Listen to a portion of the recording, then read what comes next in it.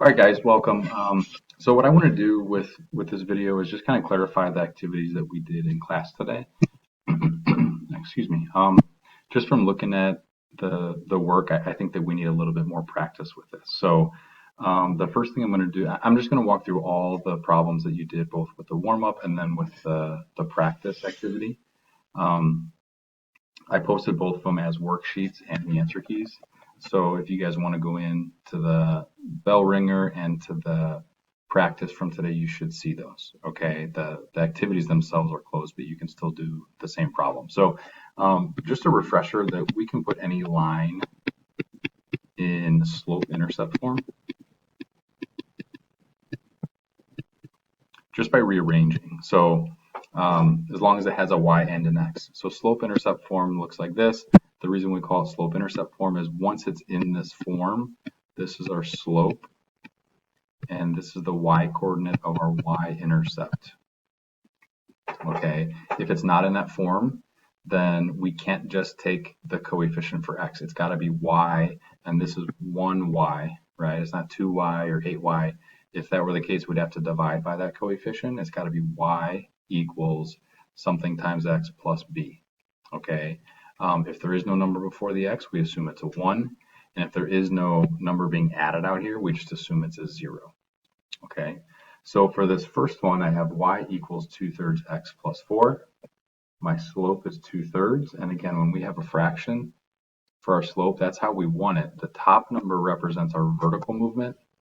So positive numbers would go up, negative numbers go down. So this means I will go up 2. And this bottom number represents horizontal movement. Negative numbers move left, positive numbers move to the right. So I will go right 3. This number out here represents the y-coordinate from our y-intercept, so 0, 4. And the y-intercept is that vertical, the y-axis is that vertical axis. So I'm going to have 1, 2, 3, 4. There's my y-intercept. From that point, I'm going to go up 2 and right 3 and draw another point. Okay, let's do the same thing, up 2, right 3. Now I'm kind of out of space here. I can go back to my y-intercept and go down to left 3. So we can do the opposite of both of those things right there.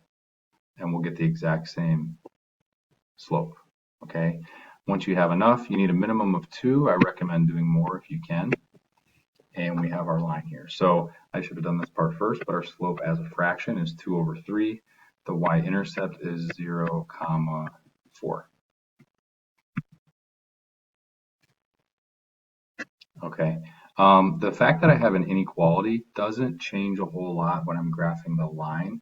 So I still am looking for this y equals mx plus b, slope and y-intercept.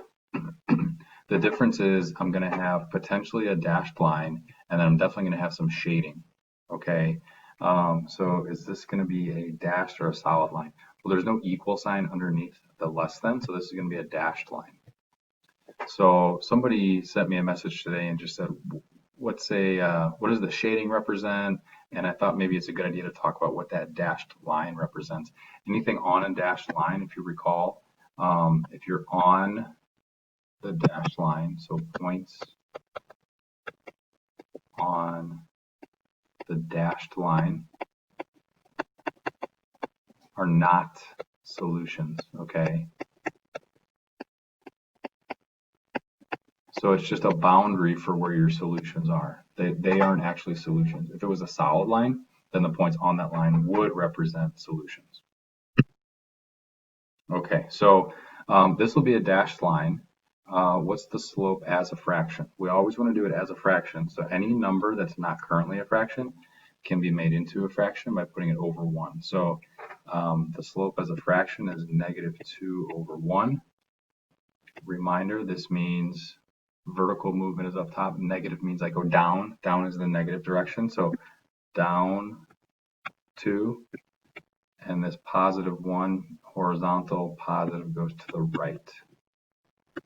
If you look at your numbers, they increase as we go to the right, so that's the positive direction, and they increase as they go up, so that's the positive direction from a vertical standpoint, so right 1. Okay, what is the y-intercept?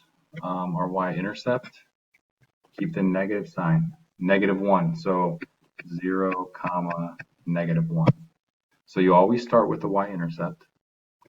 And then from that point, I'm going to apply the slope. So I'm going to go down to right 1, down to right 1, down to right 1. Let's go back to the y-intercept and the opposite, up to left 1, up to left 1. Okay, I need to draw a dashed line. So for example, this point right here that's on the line, that's not a solution. Okay, this point right here is not a solution. Let's check it just to verify so I can show you. The coordinates of that y-intercept are 0, 1.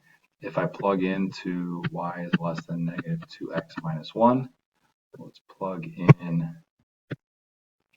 1 for y, 0 for x. So I get 1 is less than -2. I'm sorry, that's -1. What am I thinking? -1. So this would be -1. Okay, -2 times 0 minus 1. -2 times 0, that's going to be 0. So there's no value there. So I'm left with -1 is less than -1. If that's true, it's a solution. If it's false, the point is not a solution. That's false, right? -1 is equal to -1, but it's not less than -1. So that point right there is not a solution. It does not make the inequality true. Okay, so then the last thing we need to do, I told you guys today, if we just take a look, if you've isolated your variable, we can simply look at the sign, and if it's less than, this is saying y is less than, y controls vertical movement. If y is less than, I would shade below. Okay, so I can pick any point on the line and let's shade downwards, right? So I would shade all this area. Let's get that same shading with a different method. Let's pick a test point. I told you guys this point 0, 0 is always a good point to check. So let's use 0, 0 and let's plug it in. So y is less than -2 times x minus 1. This equals 0. I'm left with 0 is less than -1. Well, that's not true. -1 is less than 0. So this point 0, 0 should not be in the shaded area. So I would say, okay, this is not shaded. That's above. So I would have to shade below. Okay. Okay, let's talk about the second set of problems that we worked on. These ones are definitely harder. So our goal, we have to get into y equals mx plus b. The difference with an inequality is we wouldn't have an equal sign, right? This would be maybe a less than sign or a greater than or equal to sign, okay? Whatever it is, that's where it goes. So here's where our symbol goes, okay, our inequality symbol. So, okay, let's put it in that. Let's put it in that. So I need to first subtract 4x from both sides. I realize I didn't give you a ton of space on that activity today, so that's my bad.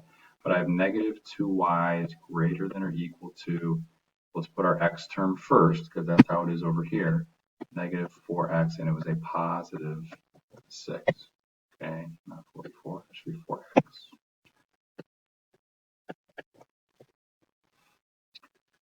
Okay, so I'm not ready yet. You know, there were some people that looked at it from here and said, okay, my slope is -1. Or I'm sorry, -4. Well, that's not true because you didn't get y by itself. You got -2y by itself. So I'm not done yet. I need to come back, divide by -2, which means I divide every single number by -2. So y, when I divide by -2, my inequality sign flips. -4 divided by -2 is +2, and I have an x. 6 divided by -2 is -3. Okay, so let's see the slope, 2 over 1. So up 2, right 1. The y-intercept is 0, comma, -3. So let's go down to -3. From there, I go up to right 1.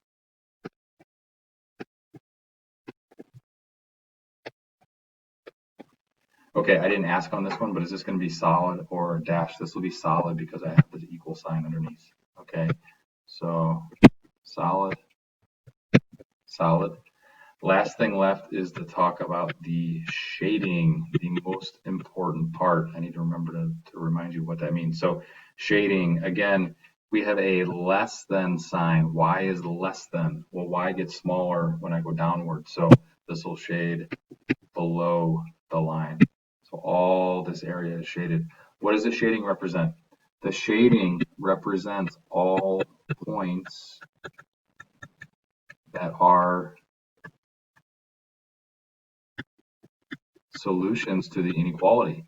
What's a solution mean? Solution means that it makes the statement true or the inequality true. So let's pick, for example, this point right here. What is that? 1, 2, 3, 4, 5, 7, 0, I think. So 7, 0. Let's take 7, comma 0. When I plug that in, 0 goes here, 7 goes here. So 0 is less than or equal to 2 times 7 minus 3. 2 times 7 is 14, minus 3 is 11. So I'm left with 0 is less than or equal to 11. Well, that's true. It's less than 11. So that point should be contained in the shaded area, which it is. Okay. All right. So let's do 2 more. These should be quicker. So when you only have one variable, it's going to be either a horizontal or a vertical line. So my only variable is x. So let's look at this. The x-axis is this horizontal axis. Okay. This is tough for students to get, but if x is your only variable, your line is going to be vertical. I don't know if that's the right spot, but just to show you, it's going to be vertical. It's going to be the opposite of the direction of your axis. Okay. Another way to think about it, we're saying x is -2, right?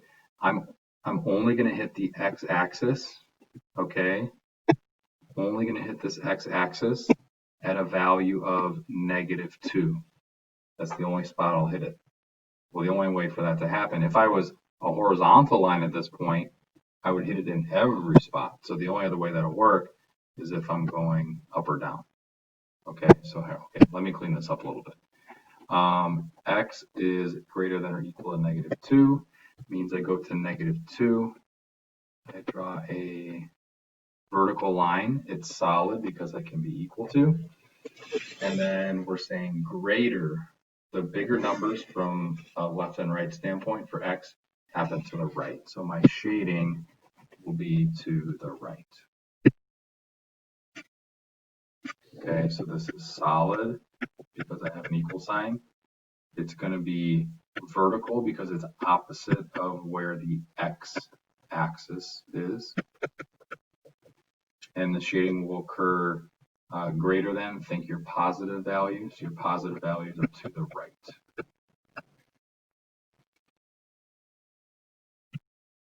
Okay. Graph the inequality. 2y is greater than 4. All right. I had a lot of people that were like, oh, there's only one variable. So let's go to 4.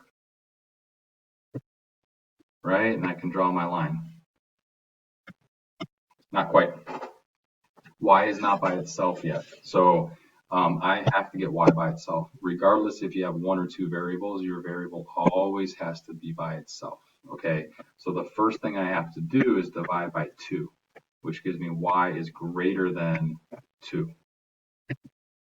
Okay, so which means y is vertical, so a y line would be horizontal, right? The y-axis is vertical, so this would be horizontal. Or you could think I'm only going to hit the y-axis at 2. This will be a dotted line because there's no equal sign. And greater than, from a vertical standpoint, where am I greater? Am I bigger numbers? They're up. So I would shade above that line. Any line above that line is a solution. So dashed, horizontal, and up. Okay, hope that helps, guys. Feel free to rewind it, watch as many times as you need.